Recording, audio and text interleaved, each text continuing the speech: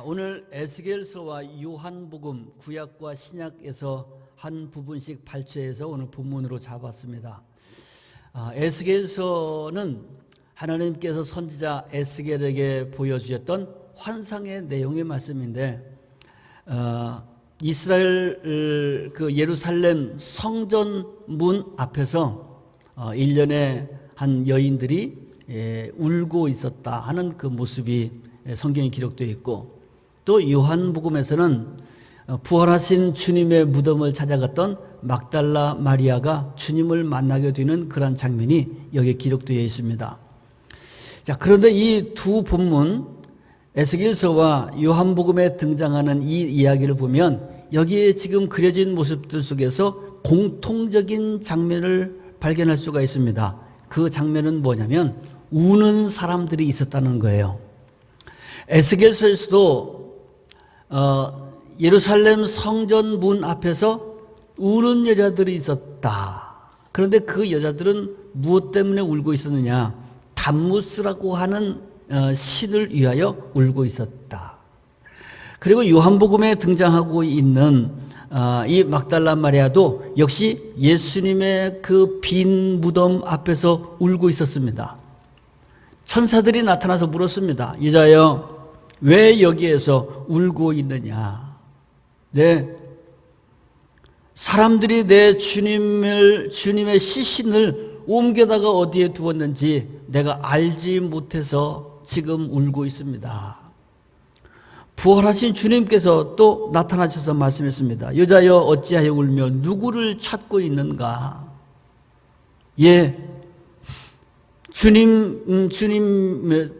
당신이 만약에 내 주님을 옮기셨다면 어디에 옮겼는지 알려주십시오. 내가 우리 주님 때문에 지금 울고 있습니다.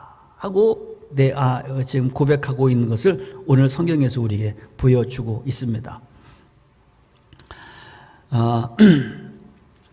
우리 사람은 태어날 때부터 울면서 태어나고 나그네 인생의 길을 마치고 이 세상을 떠날 때에도 많은 눈물과 또 슬픔 속에서 이 세상을 떠나가게 됩니다. 태어날 때도 울음 속에서 태어나고 떠날 때도 눈물 속에서 떠나갈 뿐 아니라 우리는 인생을 살아가는 동안에도 수많은 울음과 눈물 속에서 살아가고 있습니다.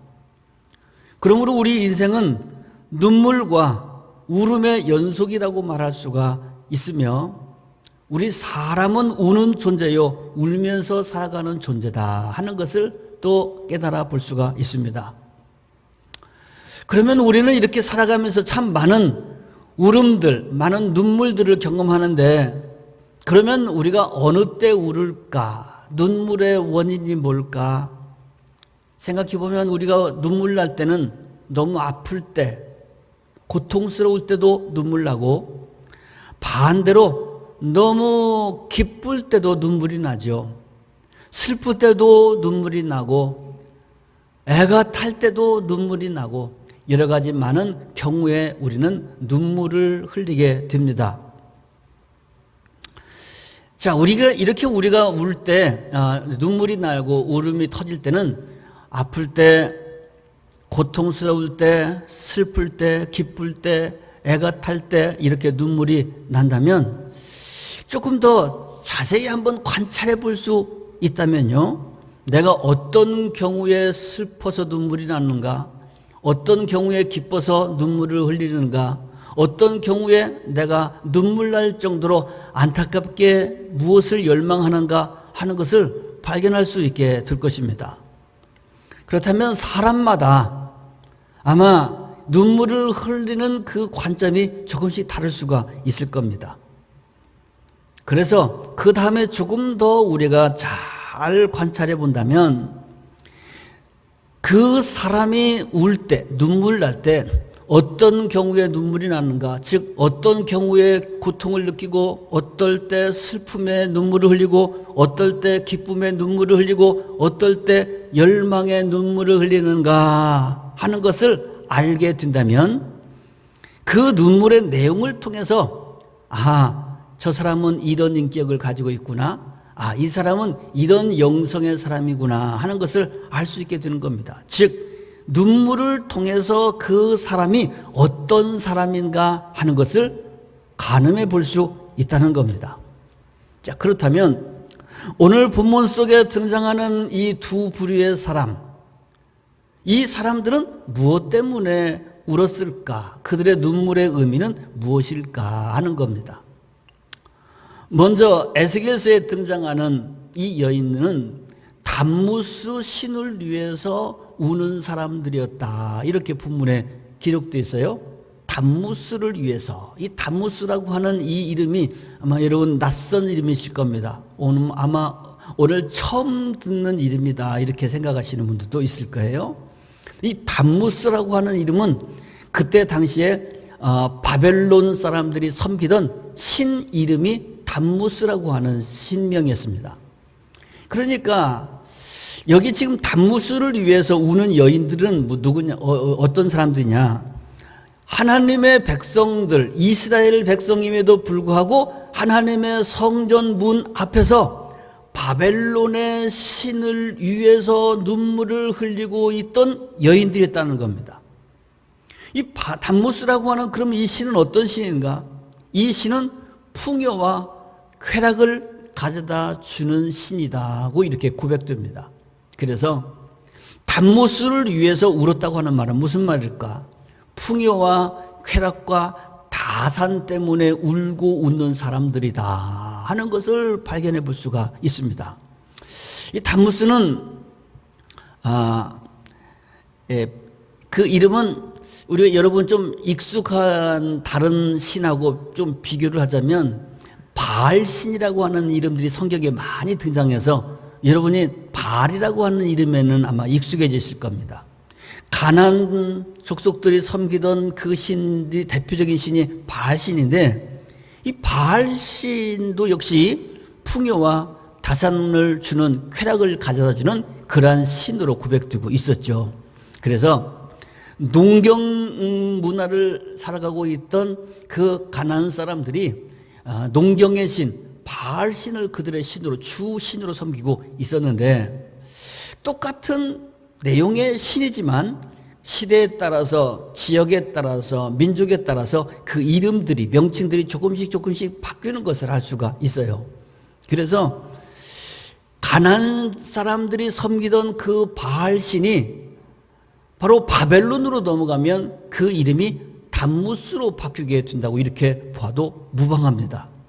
바알신도 풍요와 다산과 쾌락을 가져다 준다고 하는 신이요, 담무스의 신도 풍요와 다산과 쾌락을 가져다 주는 신이라고 이렇게 보는 겁니다. 자, 이 담무스를 섬기던 그 바벨론 사람들에게는 이런 그 제의가 있었다고 합니다. 담무스가 여름이 되면은 죽어서 지하로 들어가게 된대요. 땅속으로 이렇게 묻히게 되면은 그때 이 신이 풍요의 신인데 그 다음에 봄이 되면 다시금 이 신이 부활해서 지상으로 올라와야 농사가 잘 될 거 아니겠습니까? 그래서 여름에 우리 달력으로 6월, 7월 또 옛날 바벨론 달력으로는 4월이 되면은 이 담무스를 위한 제의식이 벌어지는데 지하에 들어간 담무스를 슬퍼하면서 울면서 애곡하는 제의 행사가 있었다는 겁니다. 그래서 이 담무스가 다시금 꼭 부활해서 내년 봄에 우리 농사를 잘 되게 해주셔서 소득이 많아지게 하시고 우리가 즐겁게 살아갈 수 있도록 도와주시오, 이런 그 내용의 제의가 있었다는 겁니다. 그러니까 성경에 등장하고 있는 담무스를 위해서 우는 여인들이라고 하는 그 이야기는 이미 그 당시에 바벨론 사람들이 늘 해왔던 담무스에게 바치는 예식을 지금 하나님의 백성이라고 하는 이 여자들이 하고 있었다는 겁니다. 다른 말로 말하면 이 사람들은 무엇 때문에 울고 있었느냐? 다산을 위해서 울고 풍요를 위해서 울고 쾌락을 위해서 울었다는 겁니다.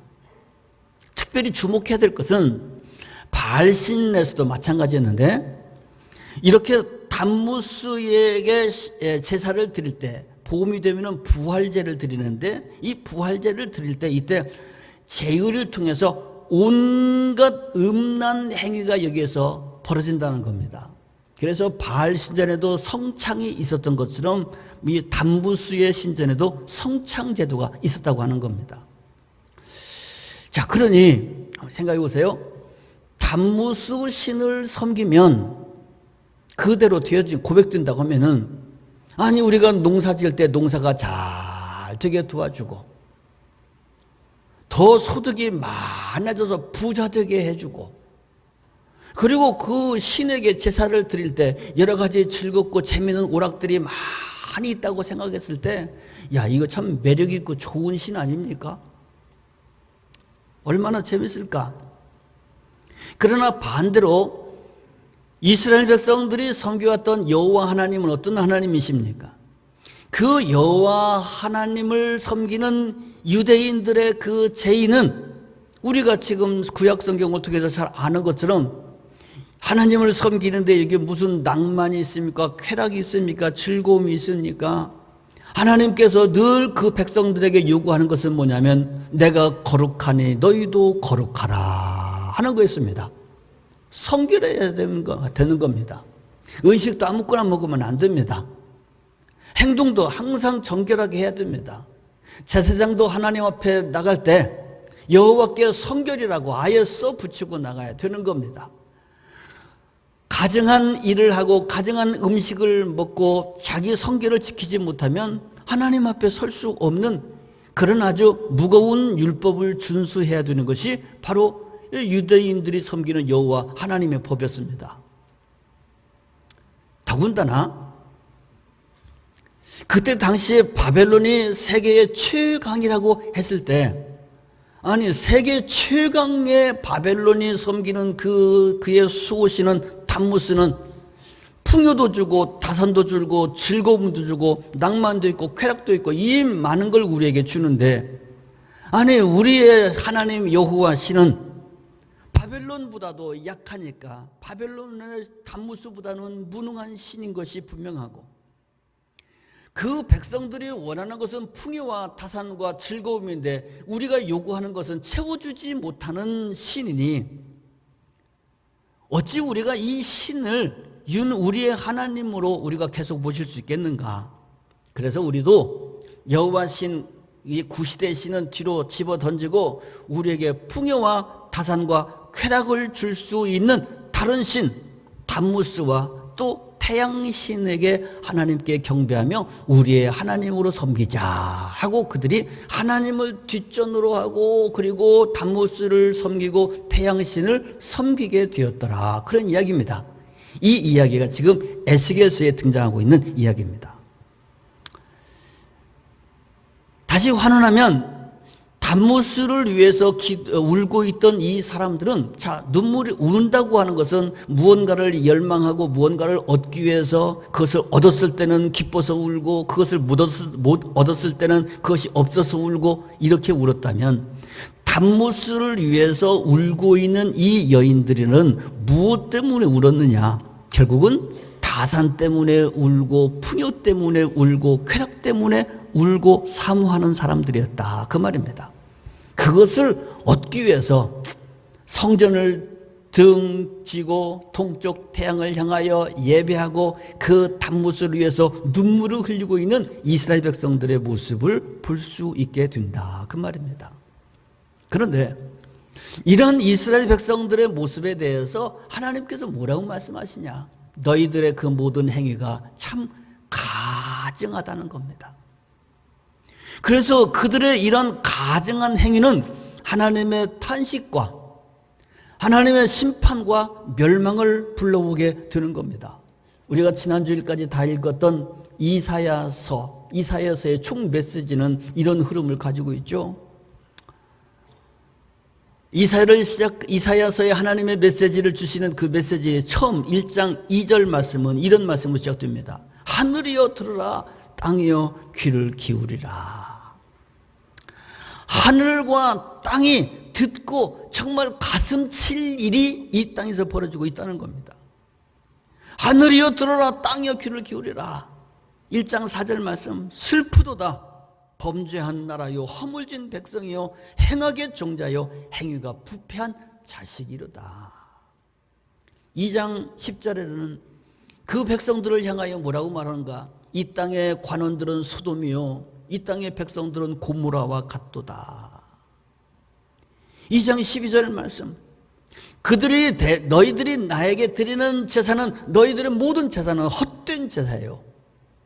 내 집에 예배한다고 나오기는 나오지만 너희들은 마당만 밟고 돌아가는 존재들이로구나. 5장에 있는 하나님의 탄식입니다. 내가 극상품의 포도나무를 심었거늘 맺힌 열매를 보니 어찌 들포도를 맺게 되었는가. 하나님께서 탄식하면서 하늘이여 들으라, 땅이여 귀를 기울이라 하고 탄식하고 있는 내용이 이사야서에 시작되는 부분 아닙니까? 자, 그러면 66장은 이사야서 마지막 장인데 마지막 장은 어떻게 마감되고 있는가? 66장 3절 4절 말씀 보면 이렇게 기록되어 있습니다. 그들은 자기의 길을 택하며 그들의 마음은 가증한 것을 기뻐한즉 내가 불러도 대답하는 자가 없고 내가 말하여도 그들이 듣지 아니하는도다. 하나님께서 불러도 대답이 없다, 말해도 듣는 자가 없다는 겁니다. 다 귀를 틀어막고 있다 그 말이죠. 김소월의 시 중에 초혼이라고 하는 시가 이렇게 시작되죠. 산산이 부서진 이름이여 허공에 헤어진 이름이여 불러도 주인 없는 이름이여 부르다가 내가 죽을 이름이여. 김소월 씨가 이 시를 쓸 때 뭐 하나님의 심정으로 한 건 아니겠지만 하나님의 심정, 지금 이사야서에서 등장하는 하나님의 심정과 비슷한 맥락입니다. 하나님께서 그 백성들 향하여 지금 부르짖고 있는데 아무도 하나님의 이 부르짖음에 응답이 없다 그 말이죠. 응답이 없다. 담부스를 향해서 울며 애곡하고 성전을 등지고 동쪽 하늘을 바라보며 태양을 향해서 예배하고 있는 그 백성들을 바라볼 때 하나님은 얼마나 답답하셨겠는가. 이사야 53장 6절 말씀, 유명한 메시아에 관한 예언의 말씀에는 이렇게 기록되어 있죠. 우리는 다 양 같아서 그릇 행하여 각기 다 제 갈 길로 뿔뿔이 흩어져 버렸다. 양들이 다 뿔뿔이 흩어진 건 다 흩어졌다. 그래서 여호와께서는 이렇게 각기 제 갈 길로 양처럼 뿔뿔이 흩어지는 그들의 모든 죄악을 누구에게 담당시켰습니까? 메시아 예수 그리스도에게 그들의 죄를 담당시키셨도다 하고 말씀하고 있습니다. 왜 그들의 죄악을 예수님에게 담당시켰을까? 귀를 막고 양처럼 뿔뿔이 흩어져 제 갈 길로 멀어져 가는 그 백성들이지만, 가증한 백성들이지만 그럼에도 불구하고 하나님의 사랑은 영원하기 때문입니다. 그들을 그냥 죽도록 내버릴 수가 없었습니다. 어떻게 저들을 구원할 수 있을까? 대속하는 방법밖에 다른 방법이 없었다는 겁니다. 언젠가 고린도후서 2장 7절의 말씀을 본문으로 해서 차라리의 은혜라고 하는 제목의 말씀을 드린 기억이 있습니다. 고린도후서 2장 7절에 차라리라고 하는 단어가 등장하는데, 하나님께서 이렇게 배반하고 이렇게 하나님에게서 떠나가는 양처럼 각기 제 갈 길로 떠나가는 이들을 다시금 돌이키기 위해서 아무리 불러도 대답 없는 그 사람들을 위해서 차라리 내가 너희들에게 가겠다, 돌아오라고 해도 오지 않으니까 내가 너희들에게 찾아가리라 하고 우리 주님께서 직접 찾아오시게 된 것입니다. 그게 바로 성육신 사건 아니겠습니까? 이것이 바로 하나님의 사랑이요, 성육신의 비밀이요, 십자가의 은혜요, 우리가 구원과 은총을 입게 된 근거가 된 줄로 믿습니다. 하나님의 이 놀라운 사랑, 하나님의 놀라운 구원의 경륜, 이 놀라운 이 단어들은 사실은 우리 눈으로 볼 수 없는 이러한 그 단어이기 때문에 우리 하나님께서 이 놀라운 하나님의 사랑, 이 은혜의 경륜을 우리 인간의 육안으로 바라볼 수 있도록 가시적인 이런 그 장소를, 가시적인 은혜를 주셨는데 그게 뭐냐면 바로 예수 그리스도요, 예수 그리스도의 빈 무덤이 되는 겁니다. 예수님, 우리를 위해서 우리에게 찾아오신 하나님. 왜 찾아왔습니까? 우리가 다 양처럼 뿔뿔이 각자 자기 길로, 가증한 길로 도망가니까. 하나님이 아무리 부르셔도 귀를 막고 듣지 아니하시니까 직접 우리에게 찾아오신 분이 예수 그리스도 아닙니까? 할렐루야. 그 예수 그리스도가 찾아왔을 뿐 아니라 나를 위해서 내 죄를 대속하여서 대신 십자가에 죽으신 겁니다. 내 대신 죽은 것으로 끝난 게 아니라 우리에게 승리를 주시기 위해서 다시금 사망 권세 깨뜨리시고 무덤 문을 열고 일어나셔서 부활하신 거 아니겠습니까? 바로 예수님께서 오셔서 죽으시고 대속하시고 부활하시고 승리하신 그 자리가 바로 예수님의 빈 무덤이다 그 말이죠. 할렐루야. 그러므로 예수님의 빈 무덤은 하나님의 사랑과 용서와 대속의 실상이요, 예수님의 죽음과 부활의 교차점이라고 말할 수가 있는 겁니다. 자, 그런데 이렇게 하나님의 사랑과 용서와 대속을 눈으로 바라볼 수 있는 실상이요, 예수 그리스도의 죽음과 부활이 교차되는 이 엄청난 자리에 누가 찾아왔느냐? 막달라 마리아가 찾아왔다는 겁니다. 아직 어두운 새벽에 아무도 없는데, 남자들도 다 왔다가 갔는데 혼자 그 주님의 빈 무덤에 나와서 울고 있었더라 그 말이죠. 주님의 이 무덤에 나와서 울고 있는 막달라 마리아에게 천사가 나타나서 한 말이 무슨 말입니까? 여자여 어찌하여 웁니까? 왜 울고 있습니까? 예수님도 부활하신 주님도 말했습니다. 여인이여 왜 울고 있습니까? 그리고 도대체 누구를 찾고 있습니까? 막달라 마리아의 대답은 내가 우는 것은 우리 주님 때문에 울고 있습니다. 주님이 보이지 않습니다. 주님을 만나러 왔는데 주님이 없어졌습니다. 나의 울음의 근거는 주님입니다. 사랑하는 성도 여러분, 사람은 우는 존재입니다. 어차피 눈물 없이는 살아갈 수 없는 인생이라고 하지만 내가 무엇 때문에 울고 무엇을 위해서 우느냐 하는 것이 내 인격과 내 영성을 그리고 내 삶의 내용을 결정하는 겁니다. 그렇다면 나는 무엇을 위해 울고 누구를 위해서 울어야 할까?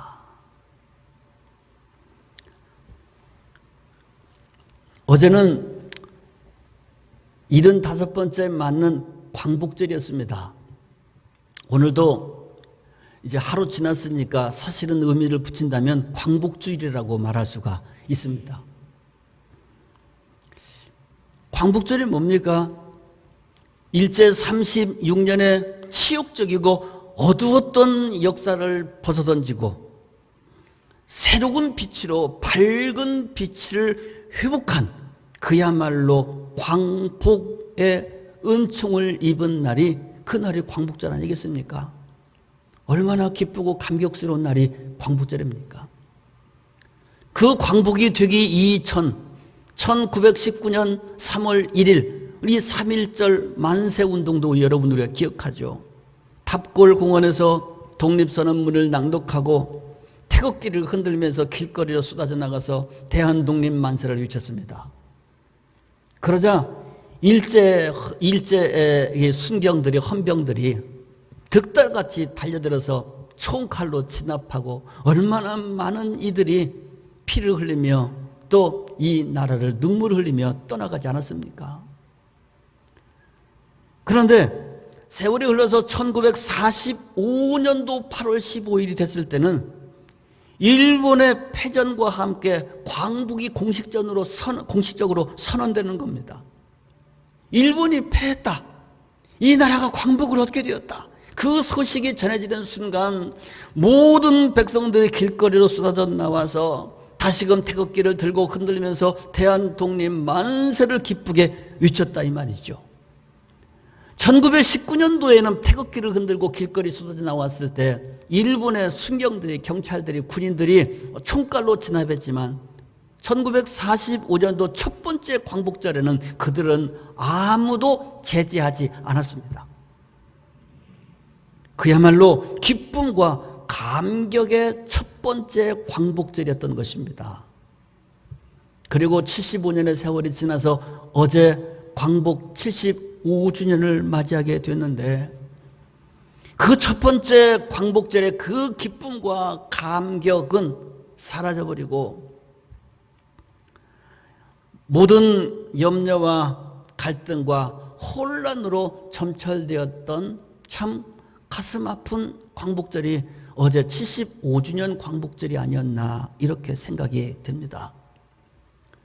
수많은 사람들이 빗속에서도 정부의 집회 금지 명령 속에서도 코로나19의 그 위험한 상황 속에서도 모든 것을 다 감안하고 다 무릅쓰고 서울 시내로 광장으로 몰려들어서 8.15 국민대회라고 하는 대회를 열게 되었습니다. 요즘에 유튜브 시대이기 때문에 정규 방송에서 중계해 주지 않아도 유튜브를 통해서 실시간으로 그 당시 여러 모습들이, 현장의 모습들이 중계되어 있기 때문에 저도 유튜브를 통해서 보았습니다. 그 유튜브를 통해서 보여지는 현지의 내용을 바라보니 많은 이들이 그 빗속에서도 우산을 들고 우비를 입고 함께 목소리를 높여서 구호를 외치고 북소리를 내면서 구호를 외치는 이러한 그 모습들이 유튜브를 통해서 고스란히 전달이 되었습니다. 왜 목소리를 높일까? 왜 거기다가 북소리까지 곁들이며 이렇게 지금 크게 구호를 외치고 있을까? 우리는 이것을 원한다는 겁니다. 이걸 바란다는 겁니다. 우리가 바라는 것에 이 열망을 표현하기 위해서 그것을 증폭시키기 위해서 확성기를 사용하고 북소리를 거기에 추가하고 이렇게 함성을 지르는 것을 알 수가 있습니다. 그런데 이렇게 8.15 국민대회가 진행되고 있는 것을 바라보면서 제 마음과 시선을 끄는 것이 있었습니다. 다른 집회하고는 조금 다른 모습이었습니다. 그동안에 많은 이런 시위들이 서울에서 있었죠. 서울에서만 있습니까? 곳곳에서 시위들이 있는데 어떤 시위 광장이 있을 때마다 그 옆을 지나가다 보면 많은 구호들, 많은 노래들이 이렇게 울려 퍼지고 있는데 거기서 울려 퍼지는 구호와 노래들을 들어보면 싸우는 투쟁하는 그런 내용들의 노래들, 그런 그 노래들이 흘러나오고 구호들이 흘러나왔는데 이번에 8.15 국민대회의 그 모습들을 곳곳에서 이렇게 개인 유튜버들이 중계하는 것을 보니까 말이죠. 거기에 모인 사람들 중에 물론 단순히 정치적인 목적을 가지고 나간 사람들도 많이 있지만 그 많은 사람들 중에 찬송하는 사람, 울며 하나님께 기도하는 이들이 적지 않았다고 하는 것을 발견하면서 깜짝 놀랐습니다. 확성기를 통해서 공식적으로 퍼져나가는 소리가 찬송가, 복음성가가 거기서 울려 퍼지고 하나님의 이름으로 선포되는 이런 것들이 그 광장에서 널리 퍼지는 것을 보면서 너무 감사하고 감격했어요. 그 장면을 바라보면서 마치 느헤미야 8장에 이스라엘 백성들이 수문 앞 광장에 모여서 모든 그 민족들이 한마음 돼서 회개운동을 벌이고 하나님께로 돌아갔던 그 수문 앞 광장의 집회가 연상이 되고 사무엘이 주도했던 미스바 집회가 생각나고 엘리야가 주도했던 갈멜살의 그 집회가 연상이 되었습니다. 공통점이 있었죠. 사무엘의 시대, 엘리야의 시대, 또 느헤미야와 에스라의 시대. 그게 어떤 시대입니까? 지금 우리의 이 시대보다 어쩌면 더 힘들고 어려웠던 국난의 시대 아니었습니까? 정말 이 국난의 시대를 어떻게 타개할 수 있을까 하는 마음으로 백성들이 모여서 그들이 제일 먼저 한 것이 뭐였냐면 무너진 여호와의 제단을 다시 수축하자는 것부터 시작됐습니다. 다 모이자. 무너진 여호와의 제단을 다시금 수축하자. 미스바에서도 무너진 제단을 수축했고 갈멜산에서도 무너진 제단을 수축하면서 하나님의 역사가 일어나게 되었던 거 아닙니까? 수문앞 광장에서도 모든 국민들이 다 통회하고 회복하고 여호와 하나님만 의지하며 하나님의 백성이 되겠습니다 하고 그들이 새롭게 언약하는 모습을 우리는 발견해 볼 수가 있었습니다.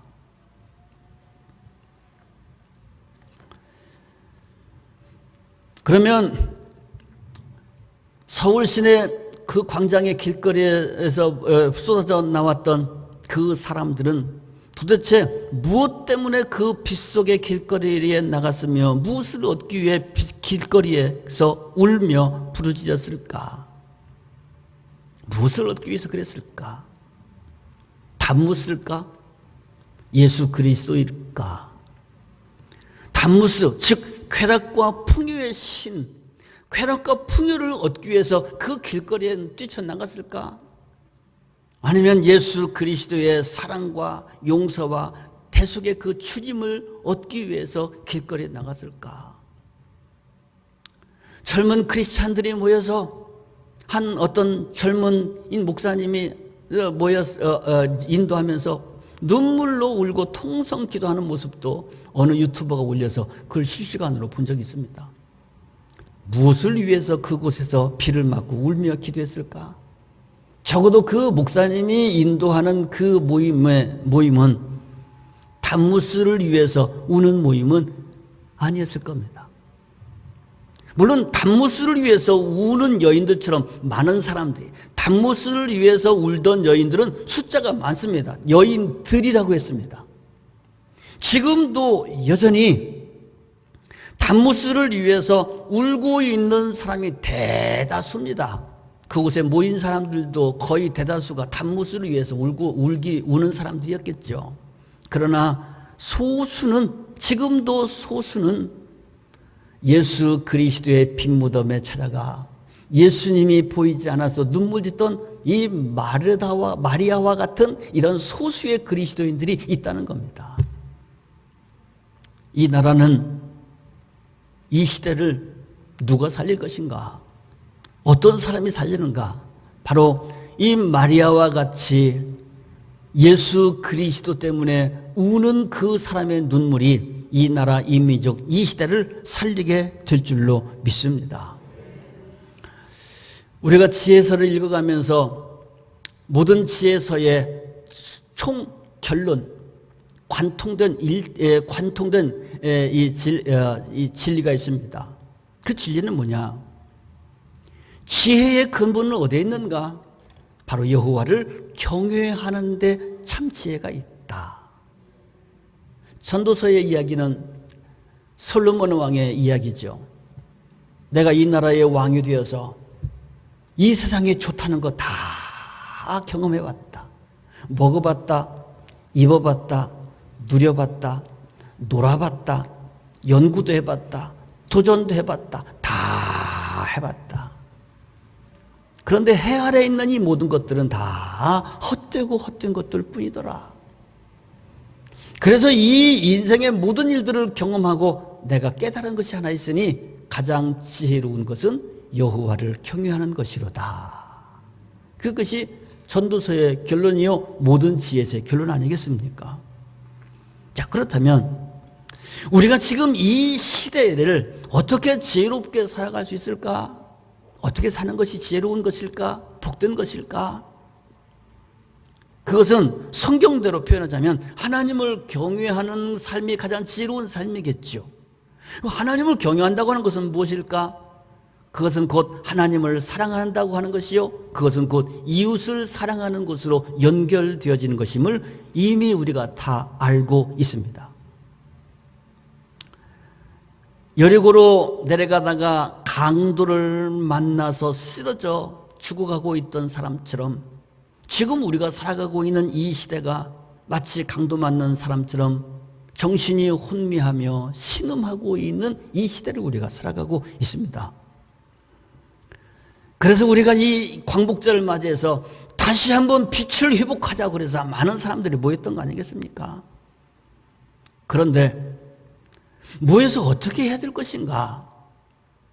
무엇을 위해서 소리를 높여 울어야 될 것인가?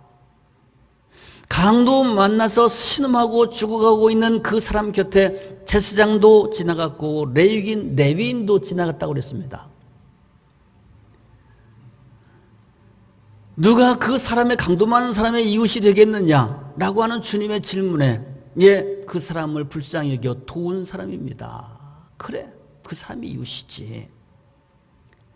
제사장처럼 레위인처럼 정죄하지 말고 또는 회피하지 말고 선한 사마리아인처럼 긍휼의 마음으로 강도 만난 이 시대에 강도 만난 이 이웃에게 다가가서 돌봐주시는 하나님의 사랑, 즉 용서와 대속의 신앙을 실천하며 살아내야 된다는 겁니다. 이것이 우리에게 지금 필요한 것이다, 그 말입니다. 어제도 많이 모여서들 이 대통령 내려와라, 탄핵하자, 물러가라, 뭐 여러 가지 많은 이 자극적이고 도전적인 그런 그 구호들이 많이 외쳐졌습니다. 글쎄 우리가 판단하고 또 지적해야 될 것도 물론 있고 또 이 정도 이렇게 분위기가 참 좋지 않으면 또 지도자로서 한 말씀 좀 해주시는 것도 또 그것이 맞는 일이라고 생각이 됩니다만은 누군가를 정죄하고 또는 도피하는 것이 그것이 본질적인 문제는 아니다는 겁니다. 더 중요한 것은 사랑하는 것. 무엇을 위해서 울 것인가? 쾌락을 위해서, 더 많이 얻기 위해서, 단무스를 위해서 울지 말자. 사실은 지금 이렇게 우리 정세가 지금 혼란하게 된 그 배경도 갑자기 대통령에 대한 이 원성이 높아지는 것도 사실은 단무스와 무관하지 않습니다. 대통령이 내리는 명령들이 돌아가고 있는 것들이 우리의 모든 소득들을 줄이게 만들고 단무스가 주는 것들을 뺏어가는 것처럼 느껴지니까 그래서 여기에서 불만이 생기고 또 일어나게 되었지 않았겠습니까? 그러나 여러분, 단무스를 위해서 우는 것이 문제가 아니라 예수 그리스도의 빈 무덤 앞에서 우는 마리아와 같은 사람이 이 나라와 민족과 시대를 살린다고 하는 겁니다. 그것은 바로 사랑입니다. 사랑은 용서와 대속으로 인수분해할 수가 있습니다. 사랑한다, 참 좋은 얘기죠. 어떻게 사랑할 거요? 용서하는 겁니다. 대속하는 겁니다. 짐을 대신 져주는 겁니다. 정죄하는 것이 아닙니다. 나 모른다고 도피하는 것도 아닙니다. 그곳에 하나님의 사랑이 실현되고 바로 그곳에 하나님의 나라가 펼쳐지게 될 줄로 믿습니다. 사랑하는 성도 여러분, 지금도 다수는 단무스의 풍요와 쾌락을 위해서 울고 있습니다. 예수 그리스도를 위해서 우는 사람은 여전히 소수에 불과하고 있습니다. 여러분은 누구를 위해서 울고 있습니까? 무엇을 위해서 울고 있습니까? 어디에 나가서 무엇을 찾고 있습니까? 에스겔서는 하나님을 등지고 단무스를 위해서 울며 태양을 향해 예배하다가 망해버리고 포로가 된 이스라엘 백성들에게 주시는 하나님의 말씀입니다. 그리고 에스겔 선지자는 만국의 원인을 규명하고 회개를 촉구하였으며 동시에 희망의 근거를 제시하며 민족의 방향성을 제시한 사람이 바로 에스겔 선지자였습니다.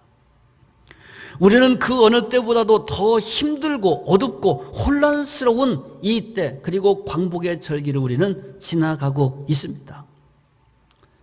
조선은 왜 일본에게 멸망할 수밖에 없었는지 우리가 다시 한번 돌아볼 수 있는 기회가 됐으면 좋겠고, 우리나라는, 아니 내 개인의 인생의 또 역사는 어디를 향해 나가며 무엇을 위해 울어야 할지 말씀의 거울을 통해서 자각하고 회개하며 이 어둠이 거치고 다시금 광복, 빛이 회복되는 은혜, 역사, 축복이 저와 여러분의 심령에, 우리들의 남은 인생에 펼쳐지게 되기를 바라고, 이 혼란스럽고 어려운 이 나라, 이 민족 위에 속히 광복의 은혜가 다시금 오게 되기를 주님의 이름으로 축복합니다.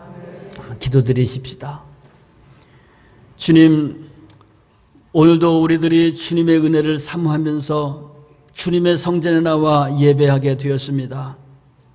참 힘들고 어려운 이 한때, 어둡고 혼란한 이 때를 우리가 함께 살아가고 있는데, 많은 이들이 이 고난 속에서 울며 부르짖으며 살아가고 있습니다. 어제는 기쁜 민족의 절기 광복절을 맞이하게 됐지만, 수많은 국민들이 빛 속에서도 길거리로 쏟아져 나와 자신들의 이 나라와 민족과 시대의 아픔들을 호소하며 울부짖는 이런 일들이 이 땅에 있었습니다. 주님, 우리가 인생을 살아가면서 울지 않을 수 없겠지만 복된 애통자가 될 수 있게 하여 주옵소서. 단무스를 위해서 우는 자들이 되지 않게 하여 주시고, 예수 그리스도의 무덤 앞에서 울었던 막달라 마리아의 눈물과 슬픔과 애통과 열망이 우리의 것이 되게 하여 주옵소서. 이 나라를 불쌍히 여겨주시기를 원하며 이 민족과 이 시대를 긍휼히 여겨주시고, 또 이 땅에 주의 이름으로 세운 모든 교회들과 주의 백성들에게 은총을 더하여 주옵소서. 하나님을 경외할 수 있는 이 나라, 이 민족, 이 땅 되게 하여 주옵시고, 우리 모두 한 사람 한 사람 모두가 주님의 은총의 빛을 회복할 수 있는 그날이 속히 오게 하여 주옵소서. 예수님의 이름으로 기도합니다. 아멘.